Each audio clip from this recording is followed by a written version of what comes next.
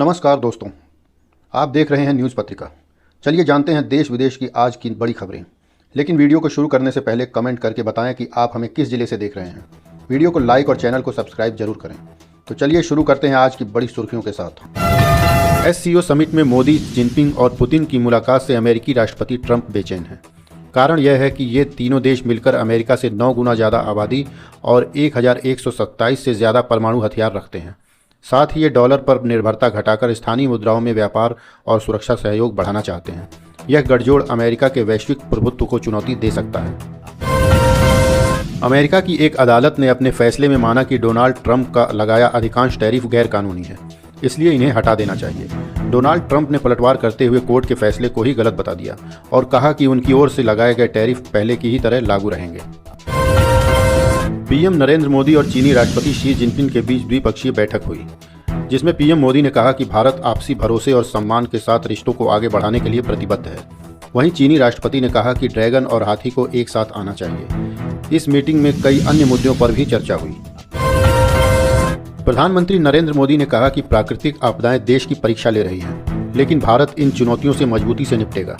साथ ही उन्होंने घोषणा की कि यूपीएससी में चयनित न होने वाले प्रतिभाशाली उम्मीदवारों को अब प्रतिभा सेतु प्लेटफॉर्म के जरिए रोजगार के अवसर मिलेंगे। दिल्ली से इंदौर जा रही एयर इंडिया की फ्लाइट को बीच रास्ते से वापस लौटना पड़ा। पायलट को इंजन में फायर अलार्म इंडिकेशन मिला, जिसके बाद सावधानी बरतते हुए विमान दिल्ली एयरपोर्ट पर सुरक्षित लैंड कराया गया। इस फ्लाइट में 90 यात्री सवार थे। एयरलाइन ने कहा कि यात्रियों की सुरक्षा सर्वोपरि है। भारतीय वायुसेना को सितंबर में 2 तेजस मार्क 1A फाइटर जेट मिलने की संभावना है। इसके अलावा सरकार ने HAL से 97 नए तेजस लड़ाकू विमान खरीदने का फैसला किया है। रक्षा सचिव ने इसकी पुष्टि की है। असम राइफल्स ने मिजोरम के चम्फाई जिले में बड़ी कार्रवाई की है।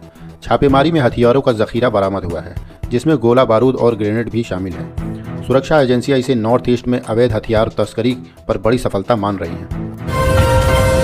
पंजाब पुलिस ने बड़ी कार्रवाई करते हुए आतंकी संगठन बब्बर खालसा इंटरनेशनल के 2 गुर्गों को गिरफ्तार किया है। उनके पास से हैंड ग्रेनेड और पिस्तौल बरामद हुए हैं। आरोपियों का मकसद सुरक्षा प्रतिष्ठानों पर हमला करना था, लेकिन पुलिस ने समय रहते साजिश नाकाम कर दी। ट्रंप प्रशासन ने जापान पर अमेरिकी चावल खरीदने का दबाव बनाया, जिससे नाराज होकर जापानी डेलीगेशन ने दौरा रद्द कर दिया। रिपोर्ट में यह भी सामने आया कि पहले भारत पर भी मांसाहारी दूध खरीदने का दबाव बनाया गया था। रतलाम में कांग्रेस प्रदेश अध्यक्ष जीतू पटवारी को विरोध का सामना करना पड़ा। उन्होंने भाजपा नेता मनोहर धाकड़ पर दिए गए बयान को लेकर माफी मांगी। नाराज समाज ने उनकी गाड़ी को घेर लिया और कार का शीशा भी तोड़ दिया। लखनऊ में अवैध पटाखा फैक्ट्री में जोरदार धमाका हुआ। विस्फोट इतना तेज था कि 2 किलोमीटर दूर तक आवाज़ सुनी गई और आसपास के 3 घर ढह गए। फैक्ट्री चलाने वाले मालिक आलम और उनकी पत्नी मुन्नी की मौके पर ही मौत हो गई, जबकि कई लोग घायल हुए, जिनमें से 2 की हालत गंभीर है। घटना के बाद इलाके में अफरा तफरी मच गई और पुलिस दमकल ने राहत व बचाव कार्य शुरू किया। प्रयागराज में एक पंचायत सहायक ने बैठक के दौरान अचानक ब्लॉक संघ अध्यक्ष पर चप्पल से प्रहार कर दिया। घटना के दौरान मौजूद लोग कुछ नहीं कर सके और वह तमाशबीन बने रहे। अध्यक्ष को अपनी जान बचाने के लिए भागना पड़ा। बरसाना में राधा अष्टमी उत्सव धूमधाम से मनाया गया।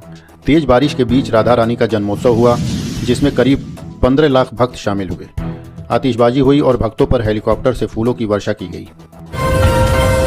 शहर के पंडालों में गणपति बप्पा को इस बार अलग अलग रूपों में सजाया गया है। कहीं 108 रूपों में गणपति की झलक दिखाई गई, तो कहीं सिंहावतार और आज़ादी के नायकों के रूप में बप्पा विराजे। कई पंडालों ने सामाजिक और देशभक्ति से जुड़े संदेश भी दिए। कुल मिलाकर हर पंडाल ने अपनी अनोखी थीम और कलात्मक सजावट से भक्तों का मन मोह लिया।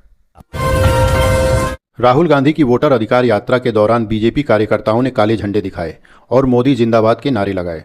राहुल गांधी ने जवाब में भीड़ की ओर देखते हुए फ्लाइंग किस दिया और आगे बढ़ गए। चीनी राष्ट्रपति शी जिनपिंग अपनी आधिकारिक यात्रा में रेड फ्लैग नामक हॉन्की L5 कार का उपयोग करते हैं। यह कार 1958 में चीन की राज्य company FAW first automotive works द्वारा कम्युनिस्ट पार्टी के शीर्ष नेताओं के लिए बनाई गई थी और अब यह चीन की आधिकारिक राज्य कार बन चुकी है। भारत और जापान ने चंद्रयान 5 ल्यूपेक्स मिशन पर समझौता किया है। यह मिशन जापान के H3 रॉकेट से लॉन्च होगा। इसमें इसरो का लैंडर और जापान का रोवर शामिल रहेगा। दोनों मिलकर चांद के दक्षिणी ध्रुव पर पानी और बर्फ की खोज करेंगे। समझौता पीएम मोदी की मौजूदगी में हुआ। उत्तराखंड में पावर प्रोजेक्ट की टनल में 19 कर्मचारी फंस गए, जिन्हें निकालने के लिए रेस्क्यू ऑपरेशन चल रहा है। वहीं राजस्थान में किले की दीवार ढह गई, जबकि पंजाब में दीवार गिरने से एक शख्स की मौत हो गई। सलमान खान ने दिल्ली में रक्षा मंत्री राजनाथ सिंह से मुलाकात की। यह मुलाकात करीब 45 मिनट तक चली, जिसमें दोनों के बीच कई मुद्दों पर बातचीत हुई। खास बात यह रही कि राजनाथ सिंह के बेटे नीरज सिंह ने गेट पर पहुंचकर सलमान खान को रिसीव किया और अंदर तक लेकर गए। तो ये थी आज की देश विदेश से जुड़ी बड़ी खबरें। ऐसे ही लेटेस्ट न्यूज़ अपडेट्स के लिए जुड़े रहिए न्यूज़ पत्रिका के साथ। धन्यवाद।